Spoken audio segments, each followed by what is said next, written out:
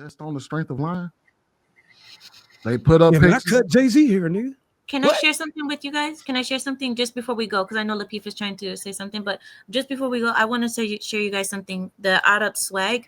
This is what my husband said to me that made me want him. I'm going to tell you exactly what it is, and it wasn't a lie, and it wasn't something to make me feel like cute. He came to my cousin, and my cousin is named Mustafa. He came to my cousin Mustafa, and he said, "Who is she?" Because men don't approach women out of, like that. So he said, "That's my cousin." He said, "Can I speak to her?" He said, "Go ahead." He came to me and he said like just a couple of sentences, like just how M. White started. "Hi, how are you?" So on. And then he said, "Can I meet your father?" That was it. But that's because we have a different culture, and of course we're not trying to bang for one night. We're trying to get married. But there was no lie. There was no, "Oh, baby, I got this, I can show you this." All he said was, "Can I meet your father?" That makes sense. That makes sense. Yeah, his outcome was marriage, right? Yes, but that was the outcome. But so if the outcome was, "Can I meet your bedroom?" would have been different. Oh my God.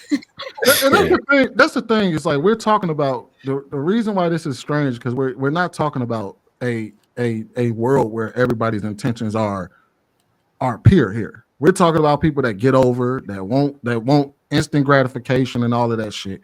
And I will say that we know by and large that most people lie to get instant gratification, because if instant gratification was as easy as we claimed it to be, by just telling the truth, we wouldn't be in this. We wouldn't even be having these conversations right now. Just like when no woman sit up there, like I don't know what way a woman can get a man to open up his wallet and tell him straight up, "The only thing I'm using you for is your wallet," before he opens up his wallet, and it opens up his wallet. Just like I don't see very often instances where a guy can talk a woman out her draws by being this honest way of telling her, "I will never call you tomorrow." If that's his intention, "I'm gonna sleep with you tonight and I won't call you tomorrow." Like Sweeney, even by the fact that you have to sweet talk and try to make that palatable, you're already making it palatable in her mind, that you automatically are starting to sink thoughts into her mind where this might go further. I know that we might do something tonight, but you're not saying I'm not gonna call you tomorrow. And I can almost guarantee that if most women caught the vibe of "you're not calling me tomorrow," she's not answering the call. Well, like it all depends on the situation, Sweeney. Like it all depends on the setting. Like if you out of town, or let's say you visiting and you say, "I'm only here for a couple of days," like that would be an instance. That would be an instance where you're basically saying, "I'm here for a good time, not a long time." Yeah, you can still call somebody out of town. Like I've seen it happen both ways, where people were direct and where people did have a little conversation.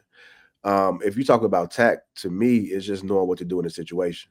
So as a man that's in a room, you have to like assess everything around you, and you got to know how to navigate it.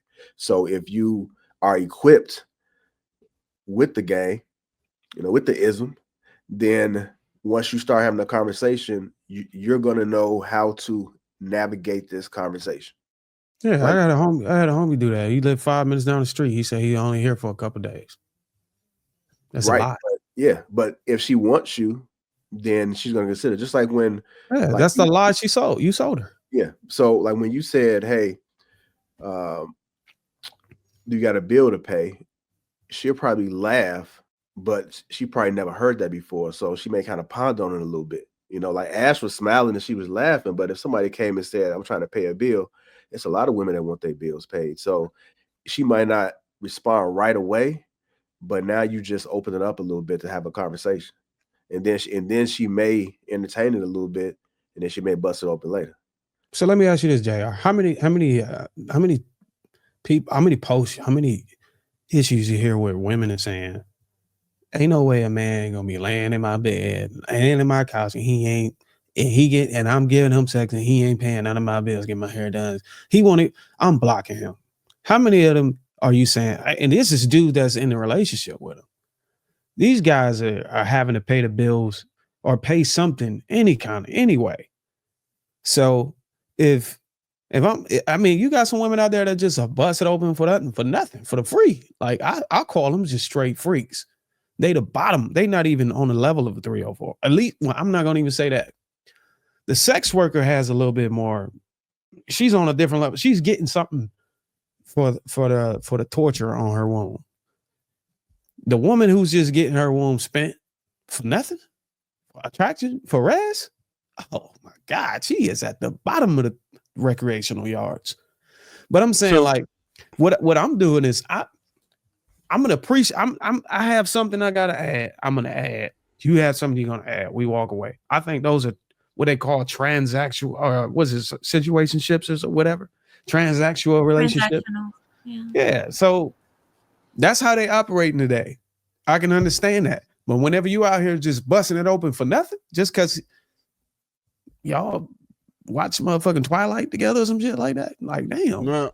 So Bruiser, you separating these types of women, but it's the same ones. Like even that sex worker you described, them sex workers got their picks who not paying anything for it in a personal life. If you met a stripper or a sex worker outside of her profession, her approach to you is completely different.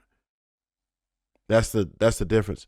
So even though she's making most of the people pay, she still got her picks where some of them is gonna get a freebie, or she might just be on them or like them.